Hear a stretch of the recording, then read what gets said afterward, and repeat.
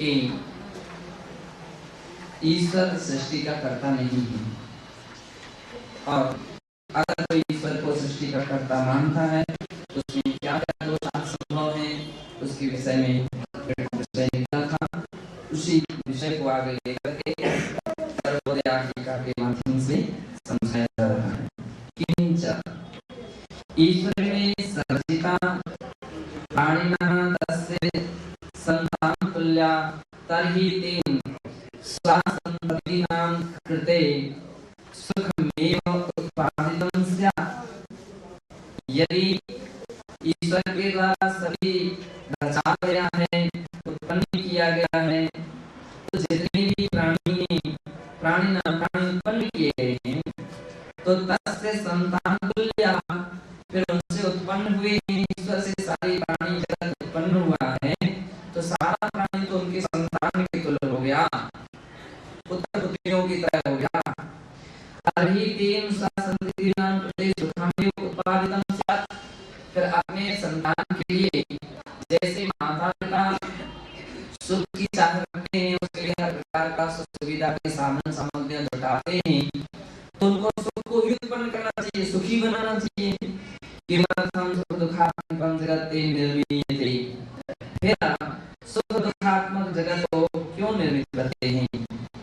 यदि कथ्यते यत् सुख दुःखादि प्राप्तिस्तु प्राणिनां कर्मानुसारेणैव, यदि आप ऐसा कहते हो कि सुख दुख आदि की प्राप्ति प्राणियों के अपने अपने कर्मानुसार होती है, तदा अयम प्रश्न उदेति, फिर एक प्रश्न उत्पन्न होता है कि यद तस्य शुभाशुभ पुण्य पाप कर्म समूह से निर्माणं सृष्टि प्राप्ति कृतं, और यदि प्राणी के लिए अपने अपने कर्मानुसार सुख दुख प्राप्त होते हैं, तो फिर सृष्टि क्यों ने बनाया या सृष्टि की रचना की है, तो इस प्रकार का सृष्टि प्राप्त की कृतम, तो क्या कर रहे हैं? निर्माणम समूह से निर्माणम सृष्टि प्राप्त की कृतम, तो आचार्य कह रहे हैं यहाँ पर कि अगर ऐसी बात है तो फिर सृष्टि के पूर्व ही किसने किया? सृष्टि के पूर्व ही किसने किया? शुभाशुभ पुण्य पाप रूप कर्म समूह का निर्माण सृष्टि के पूर्व किसने किया? तो ब्रह्मा ने बनाया, और फल कर्मानुसार मिल रहा है, तो फल कर्मानुसार मिल रहा है, तो फिर सृष्टि के बनाने के पहले व्यक्तियों के लिए फल कैसे मिलता है? ये प्रश्न किया जा रहा है कि किम अन्यच्चेति स्वयं कृतेनैव कर्मणां सृष्टि प्राणिनां सुख व्यवस्था प्रचलिताः तदीश्वरस्य का आवश्यकता। और एक बात, और यदि ऐसा मानते हैं कि जितने भी सुख दुख आदि हैं वे स्वयं कर्मणां सृष्टिनां प्राणिनां सुख दुख व्यवस्था प्रचलति, स्वयं के द्वारा की गई जो कर्म है उनके द्वारा ही सृष्टि प्राणिनां यानी संसारी प्राणी जो हैं वो सुख दुख व्यवस्था प्रचलिता, उनके अनुसार ही सुख दुख की व्यवस्था प्रचलित है, पर ईश्वर से का आवश्यकता। फिर ईश्वर की क्या आवश्यकता रही? हर व्यक्ति अपने अपने कर्म के उद्देश्य से, कर्म के कारण से उस सुख दुख को प्राप्त हो रहा है, फिर सृष्टि नहीं ईश्वर सुख दुख दे रहा है, फिर इसकी आवश्यकता क्यों रहेगी? क्या आवश्यकता रहेगी? तो यदि ईश्वर ही सुख दुख प्रदाता, और यदि ईश्वर ही सुख दुख प्रदान करते हैं, तभी लोके कर्म व्यवस्था निरर्थका, है ना? अगर ईश्वर ही दे रहे हैं तब लोग में कर्म की व्यवस्था व्यर्थ हो गई। उत्तम से आचार्य वाले निमित्त देवी भावना दात्र सिकायाम, आचार्य श्री आचार्य अमित गति ने भावना दात्र सदिका में 30वें छंद में कहा भी है, स्वयं कृतं कर्म यदात्मना पुरा फलं तदीयं लभते शुभाशुभम्।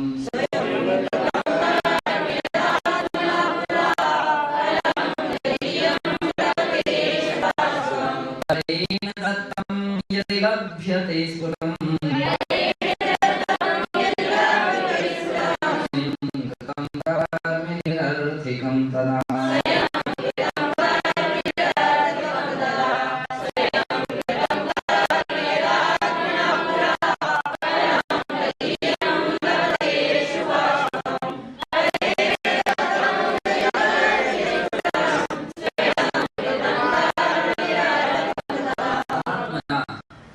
तृतीया विभक्ति का प्रयोग है।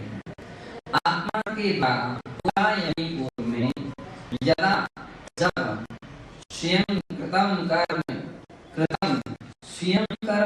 कृतम यह आत्मा के द्वारा जो कर्म पूर्व में स्वयं किए गए हैं, फलम तदीयम लभते शुभाशुभम, फलम तदीयम तो फिर उनके फलों को, तदीयम यानी उन ही फलों को यह जीव चाहे वो शुभ हो अथवा अशुभ है उनके लिए जीव प्राप्त कर लेता है, फलों को स्वयं प्राप्त करता है। परिणतम यदि लभ्यते स्फुटम, और यदि आप हो कि दूसरों के द्वारा दिए हुए कर्मों को फल प्राप्त करता है तो फिर स्वयं कृतम कर्म निरर्थकम सदा, स्वयं के द्वारा किए गए जो कर्म हैं वो तदा तब निरर्थकम निरर्थक हो जाएंगे, व्यर्थ हो जाएंगे। अतः सिद्धांतम इसलिए ये बात सिद्ध हो गई अथवा इस प्रकार का सिद्धांत रूप से मान लेना चाहिए कि लोगों अयम शाश्वता, यह लोग जो है वो शाश्वत है, ना के ना भी रच्यते, यह किसी के द्वारा रचा नहीं गया है, ना से संह्रियते, किसी के द्वारा संहार भी नहीं किया जा सकता है। सर्व द्रव्य समुदाय लोगों पुरुषाकार निकाह, सभी द्रव्य का जो समुदाय लोक है वो पुरुषाकार निकाह, वो कैसा है, पुरुषाकार है, ऐसा जानना चाहिए, पुरुषाकृति वाला है। अधोलोका मध्यलोका ऊर्ध्वलोके नदी भाग त्रय सन्निवेश युक्तो भवति, और अधोलोक मध्यलोक ऊर्ध्वलोक के विभाग से उसके तीन विभाग हो जाते हैं, तीन विभाग, तीन रूप रचना उसकी रचना विशेष युक्त है, ऐसा सन्निवेश युक्त रचना विशेष युक्त। उत्तम से आदि पुराणकार, आदि पुराणकार आचार्य श्री जी से चौथे सर्ग के 40 से 46 श्लोक में लोक के विषय में वर्णन करते हुए कहते हैं,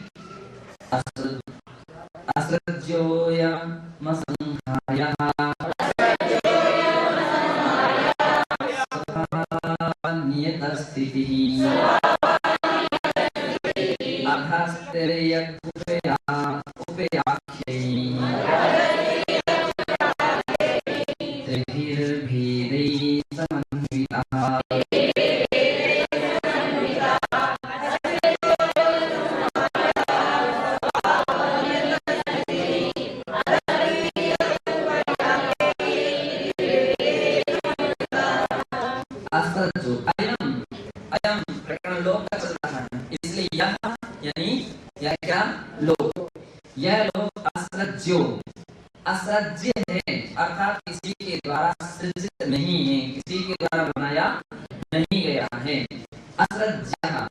और असंहारः असंहार्यः, और उसका कोई संहार नहीं कर सकता, असंहार्य है। स्वभाव नियता स्थिति, और उसकी स्थिति जो है, उसका जो अस्तित्व है वो कैसा है, स्वभाव से नियत है। ऊपर और इसके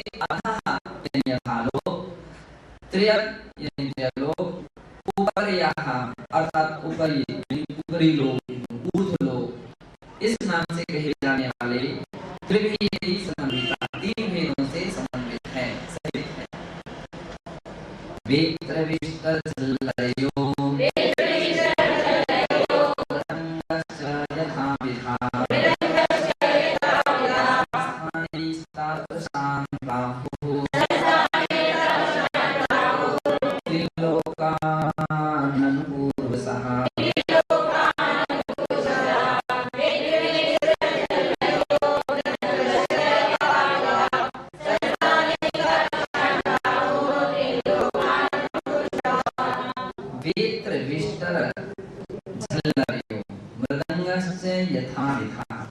अब उसकी आकृति बता रहे हैं। वेत्र, वेत्र का अर्थ सिपाही, सिपाही पुराने समय में जो व्यक्ति किसान लोग होते थे और वो किसान उड़ावनी करते थे, दाएं हो जाने के बाद उड़ावनी करते थे और उसके तिपाही के ऊपर खड़े होते थे। तिपाही पूरा तीन पाई वाला होता है, 3 पाई वाले होते हैं तिपाही। लकड़ी की होती है तिपाही, ऐसा स्टूल जैसा होता है, जैसे पूरा है ना, इसके ऊपर लोग खड़े हो जाते थे और उसके ऊपर वहां से फिर क्या होता है, हवा चलती है और जो धान डल चुकी है या जो है ना, तो उसके लिए क्या करते थे, गेहूं वगैरह, गेहूं चना वगैरह, तो उसके लिए ऐसा छोड़ते जाते थे। हवा में भूसा भूसा उड़ जाता था और कभी अनाज रहता था वो नीचे गिरता जाता, तो बस तो अनाज को इकट्ठा कर लेते थे, भूसा को भूसा के रूप में ले लेते थे। तो तिपाही अर्थात तिपाही का सीधा हो गया, नीचे जो चौड़ा दिखे और ऊपर कम चौड़ा, ऐसा आधा अधोलोक है। और विस्तर और कह रहे हैं विस्तर हो गया, झल्लरी झल्लरी खंजरी, जैसे बजाने वाली खंजरी होती है ना, जैसे गोल लोग बजाते थे, तो झल्लरी है, एक तरफ से मणि रहती है प्लास्टिक से और दूसरी तरफ से वो खुली रहती है, तो ऐसे बजाते हैं। तो झल्लरी का जैसी आकृति रहती है वैसे मछलियों की आकृति गोल, क्या दृष्टांत सोच सके, झल्लरी है, जहाँ उसकी चौड़ाई कम होती है, गोलाई और मृदंगस्य यथा विधा, मृदंग ढोल, अब ऐसे मृदंग जो रहता था आमतौर पर आता है, तो मृदंग है ना, मृदंग आमतौर पर एक हाथी में एक तरफ चौड़ा रहता है, एक तरफ पतला रहता है।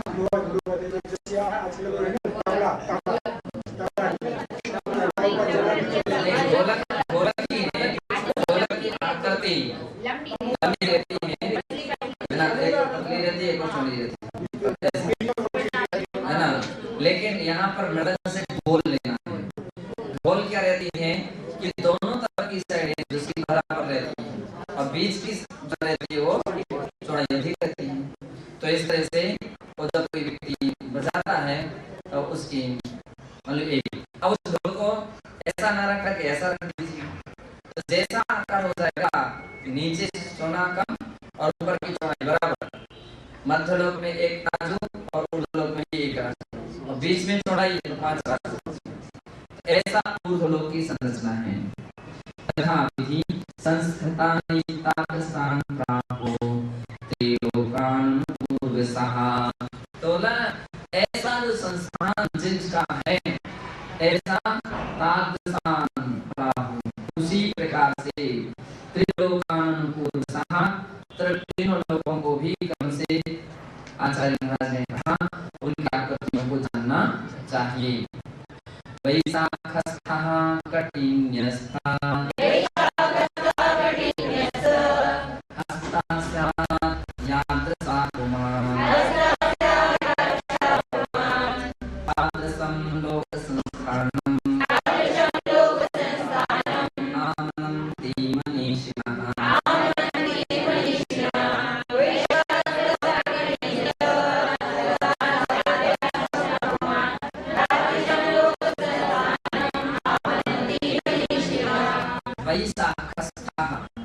वैशाख में स्थित, वैशाख स्थित यानी फैला करके, अब वैशाखी शब्द आता है, लूले लोग जो रहते हैं लंबे, तो वैशाखी के साथ चलते हैं। अब वैशाखी को सीधा नहीं रखा जा सकता, वैशाखी को थोड़ा तिरछा रखा, तो वैशाख यानी तिरछे जिसके पैर हैं, यानी फैले हुए जिसके पैर हैं।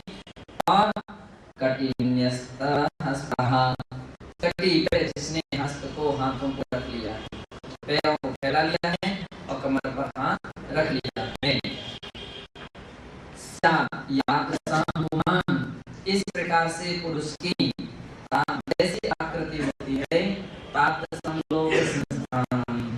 उसी प्रकार से लोग के संस्थान को आमनंती मनीषाम, मनीषी पुरुष जो हैं, विद्वान पुरुष हैं, वे इसी प्रकार के लोग के संस्थान को आमनंती मानते हैं, जानते हैं। क्या कहते हैं? अनंतानंतर्भेदस्य वियतो मध्यमाश्रिता लोकस्त्रिभिर्वृतो वार्तै भाति सिक्कैर्विवायते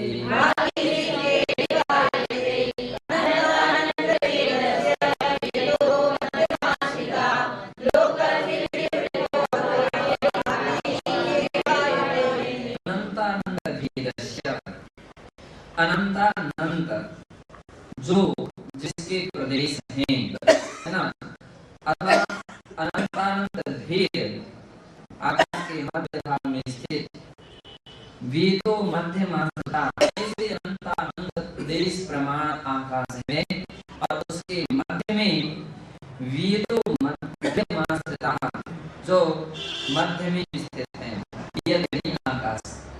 तो अनंतानंत प्रदेश वाला जो आकाश है, क्योंकि आकाश कितने प्रदेशी होता है?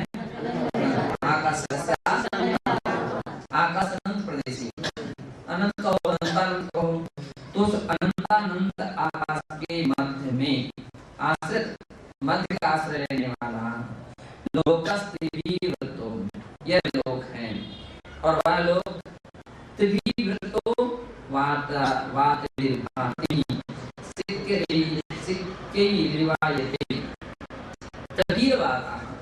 तीन प्रकार के जो वृत्त रूप वाता है, तीन प्रकार के वात वालों से वृत्ताकार है, घिरा हुआ है, चारों तरफ से देखें तो वेष्टित है, कहीं से भी अपन देखें तो क्या हुआ है? वात वालों से वेष्टित है, और वह सिक्कैर्विवायते, तो बता रहे हैं ऐसा लगता है जैसे अनेक रस्सियों से बना हुआ कोई छींका ही हो। छींका तो रहता ना, हाँ, गाँव के अंदर में ना, तो दही है, घी है, मावा है, कुछ ऐसी सामग्री रखना होती है, तो व्यक्ति सीधे पे काम देता है, ताकि बिल्ली वगैरह रख देते हैं, बिल्ली उसको नहीं खा जाए और हवा भी उसके ऊपर लगती रहे, तो ऐसे भी गर्मी में फटना जाए, इस प्रकार का रख देते हैं।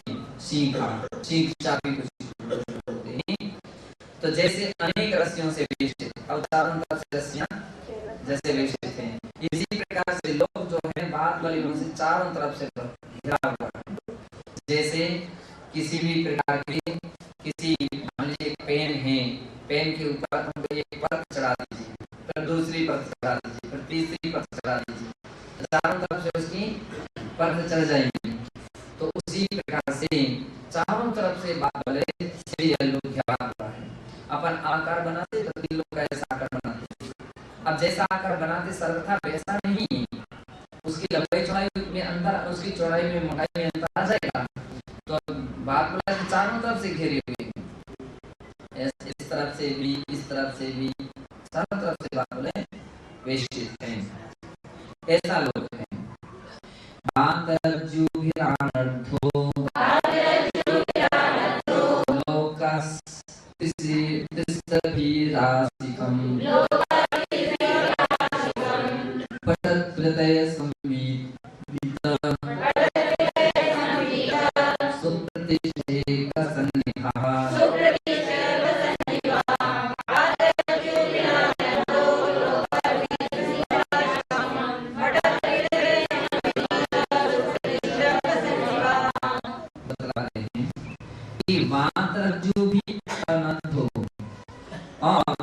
जो अधोलोक है कैसा नजर आ रहा है?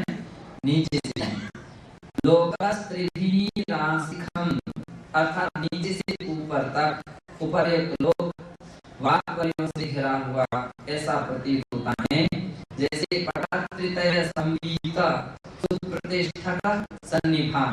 सुप्रतिष्ठक अद्यपि सुप्रतिष्ठक अपने आप होने को बोलते हैं, सुप्रतिष्ठित बोलते हैं होना। होना कैसा रहता है? ऐसा ऊपर रहता है और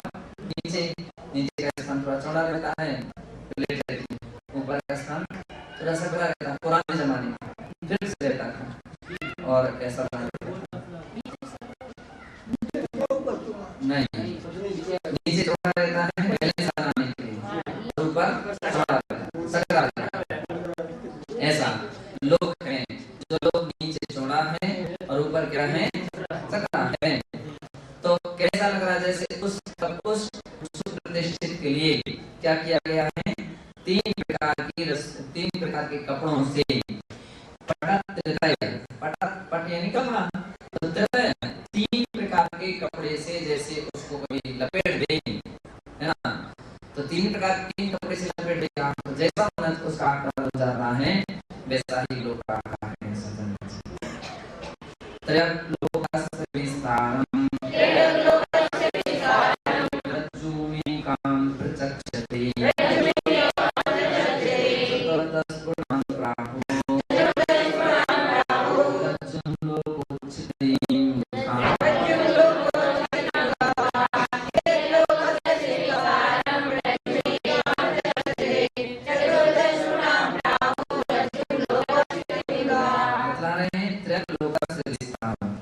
त्र्यकलोक मध्यलोक यानी मध्यलोक, तो मध्यलोक का जो विस्तार है वो रज्जु मेकां प्रचक्षते, एकां रज्जु प्रचक्षते, एक रज्जु प्रमाण है। चतुर्दश गुणां प्राहु, और उस एक रज्जु से 14 का गुणा कर दीजिए तो क्या हो जाएगा, रज्जुं लोकोच्चतिं बुधा, उच्चतम अर्थात उसकी जो ऊंचाई है उसका माप आ जाएगा, यानी 14 लोग ऊंचा है। अधो मध्योर्ध्वमध्याग्रे लोकविस्कम्भरज्ज्वः सप्तैका पञ्चचैका च मुदाहृता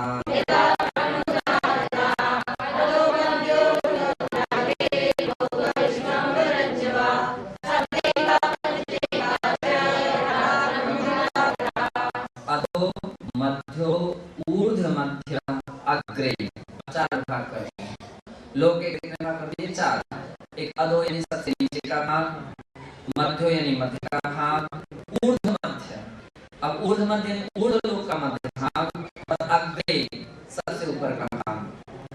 लोक विस्कम्भरज्ज्वः, तो इस प्रकार से जो लोग हैं उस लोक का जो विस्कम्भ है यानी उसकी चौड़ाई है वह कैसा है, कौन से, 7 1 5 1, 7 1 5 1, नीचे अधो सबसे नीचे 7 राजू, मध्य लोक में 1 राजू, और ऊर्ध्व लोक के मध्य में 5 राजू, और सबसे आगे 1 राजू।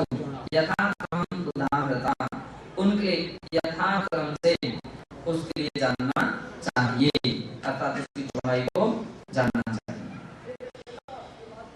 इत्येवं रूपो लोगो लोकाः, इस प्रकार से लोग हम लोग हैं। अहमर्थिं ऊर्ध्वभेदेन अधो मध्यम ऊर्ध्वभेदेन त्रियोहि त्रिविधतां प्राप्तो अस्ति, तो ये अधो मध्य और ऊर्ध्व के भेद से 3 प्रकार के अवस्था को प्राप्त होता है। उक्तानां त्रिलोकानां पृथक् पृथक् वर्णनं द्वय परिणति प्रवृत्ति ग्रंथि अवगम्यम, और कह रहे हैं कि उक्तानां त्रिलोकानां, इन तीनों लोकों को लिए, पृथक् पृथक् वर्णनं, इन तीनों के पृथक् पृथक् वर्णन को, द्वय परिणति प्रवृत्ति ग्रंथि, तीनों परिणति आदि ग्रंथों के द्वारा अवगम्यम जानना चाहिए।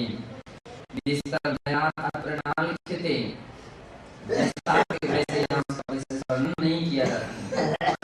एवं लोकोयम कच्छपाधिष्ठिताः, ये लोग कछुआ के ऊपर अधिष्ठित हैं, ऐसा लोक में माना जाता है।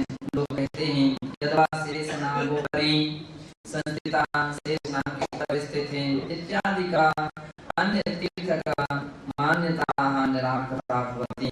इस प्रकार के व्याख्यान से जिन लोगों की अवधारणा है कि कछुए की पीठ पर है अथवा शेषनाग के ऊपर है, उस प्रकार के लोगों की मान्यता का निराकरण हो जाता है। सर्वज्ञ यथार्थ कथनं कर्तुं प्रभवति, सर्वज्ञ सर्वज्ञ देव ही यथार्थ कथन करने में संबंध ले सकते हैं, वे इसका यथार्थ कथन कर सकते हैं। सर्वज्ञ देव तो यल्लोक स्वरूपम रूपितम तत्तु प्रोक्तम एवं। सर्वज्ञ भगवान ने लोक के स्वरूप का जैसा रूपण किया है, कथन किया है, तत्तु प्रोक्तम एवं, उसके लिए उपयुक्त ही है, जो पहले कहा है उसी प्रकार से ही है, ऐसा जानना चाहिए। एवं गाथाया तात्पर्यमिदं यस्सर्वज्ञ लोक स्वरूपे श्रद्धा विधातव्या। इस प्रकार से गाथाया तात्पर्यमिदं, इस गाथा का यह तात्पर्य हुआ कि जो सर्वज्ञ कथते लोक स्वरूपे, सर्वज्ञ भगवान के द्वारा कथित जो लोक का स्वरूप है, उसमें ही श्रद्धा विधातव्या, श्रद्धा को धारण करना चाहिए। लोक स्वभावानुचित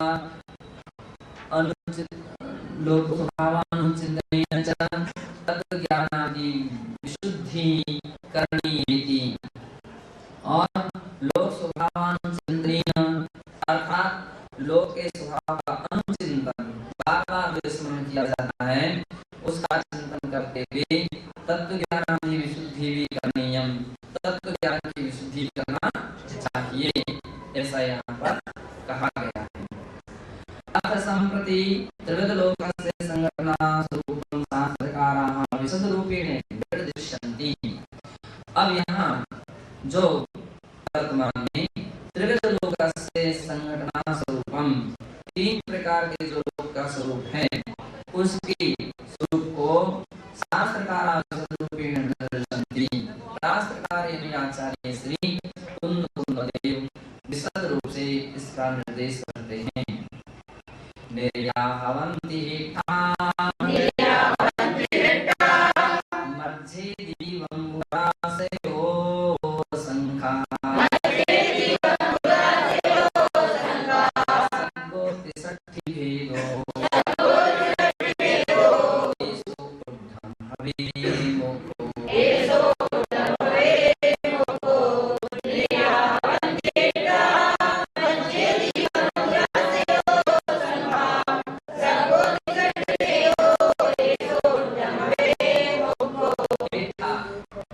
यानी सबसे नीचे अधोलोक में निर्याहवन्ति नरक हुआ करते हैं, मध्य और मध्य भाग में दीवामुरासयो असंख्या, असंख्या दीव, असंख्या दीव और अम्बुरासयो जल राशि वाला समुद्र, ऐसा दीप समुद्र होते हैं।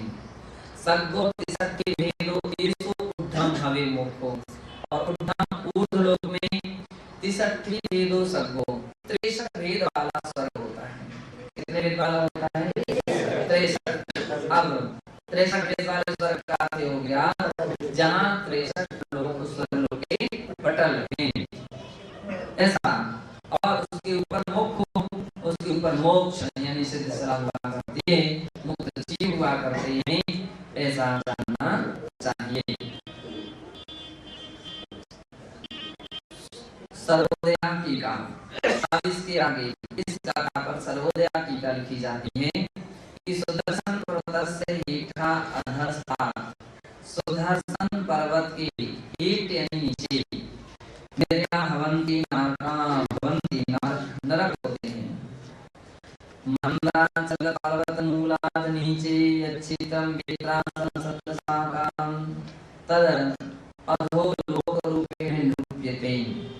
मंदराचल, अब यहाँ पर ध्यान रखना है कि सुदर्शन मेरु का भी उल्लेख आता है। मंदराचल को जो भी मेरु कहेंगे, क्योंकि सभी मेरु पर्वतों की नींव जो है वो लगभग सदृश है, समान है, इसलिए किसी भी अपन मेरु का नाम लें तो सभी मेरु, क्योंकि 5 प्रकार के मेरु होते हैं। मध्य का मेरु का नाम सुदर्शन मेरु, और दूसरी तरफ से अपन देखें विद्युन्माली, विजय, अचल और मंदर। मंदर मेरु जो कहा गया है, तो मंदर मेरु जो है वो इस प्रकार से मंदर और विजय, अचल और मंदर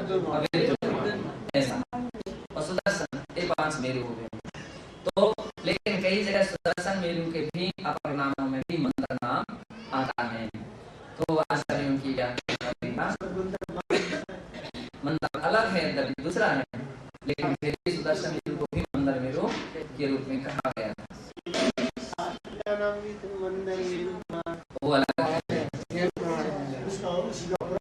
तो यहाँ पर क्या कहना है, सुदर्शन पर्वत के अधोभाग में नरक है। अब उसी बात के लिए समझाने के लिए आचार्य महाराज ने कहा कि मंदराचल पर्वत मूलादि, अर्थात मंदराचल मंदर पर्वत के नीचे अथवा सुदर्शन मेरु पर्वत के नीचे, मूल से नीचे ये क्षेत्र, उसके मूल के नीचे जो क्षेत्र है, वेतासम सदसाकारम तद अधोलोक रूपेण निरूप्यते, जो कि वेतासम आकार का है, उसके सदृश आकार का है, उसके लिए अधोलोक रूप से कहा गया है। अस्या अधोलोकस्य सीधा सप्तरज्जुकृतो वर्तते, इस अधोलोक के उसीद 7 रज्जु प्रमाण हुआ करता है। अधोलोके क्रमशः अधो अधा संस्थिता सप्त पृथिव्याः, अधोलोक में क्रम से नीचे नीचे स्थित 7 पृथ्वियां हैं। प्रथम रत्नप्रभा नामिका पृथ्वी, सबसे पहले रत्नप्रभा नाम वाली पृथ्वी है।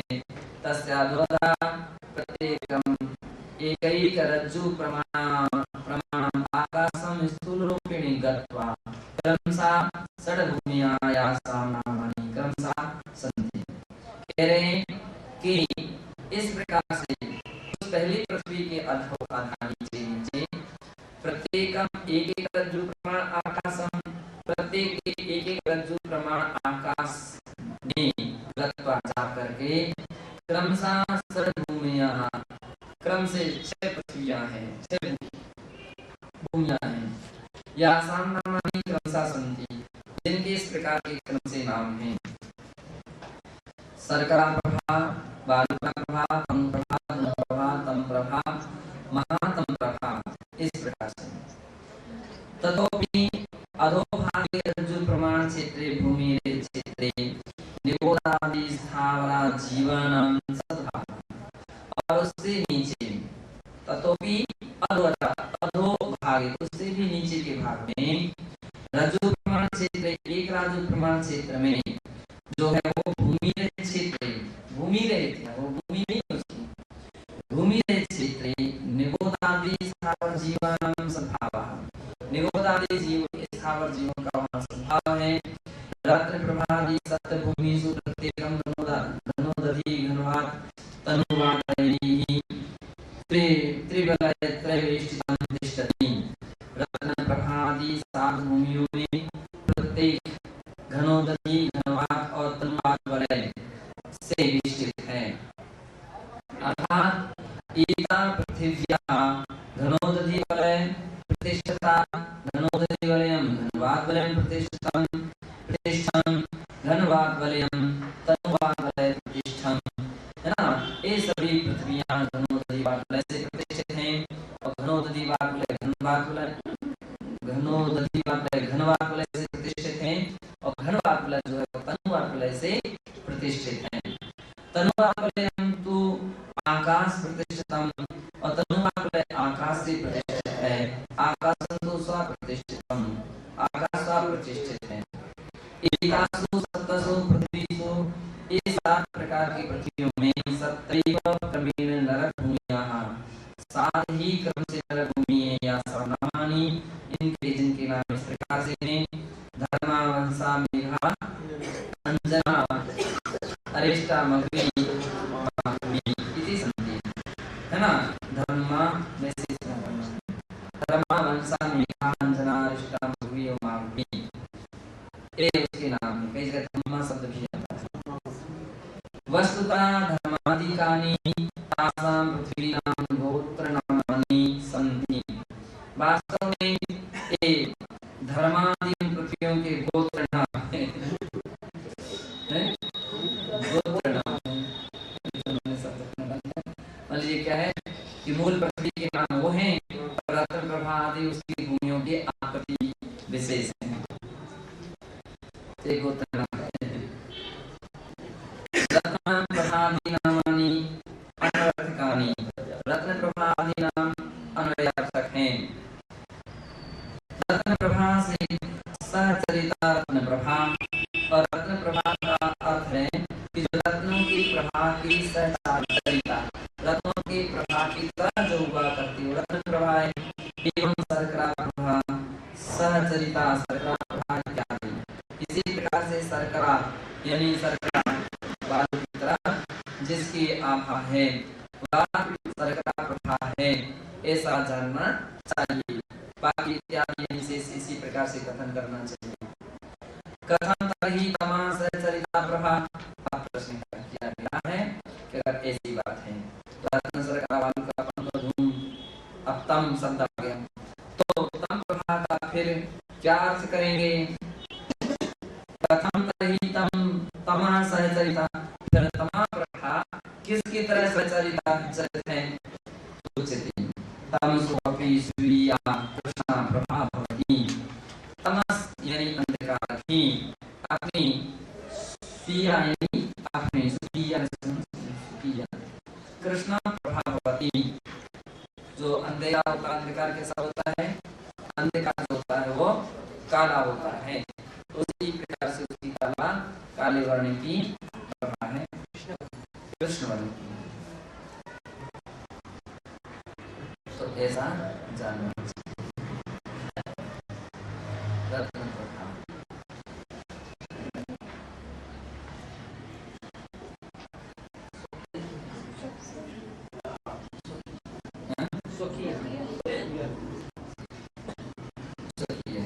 कृष्ण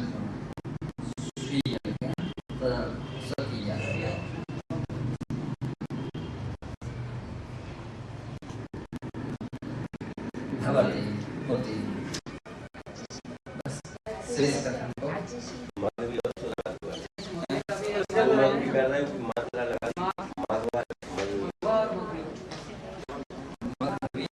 माधवी, ठीक है ना? मघवा माधवी है ना, मघवी और माधवी ऐसा भी ना जैसा शास्त्र में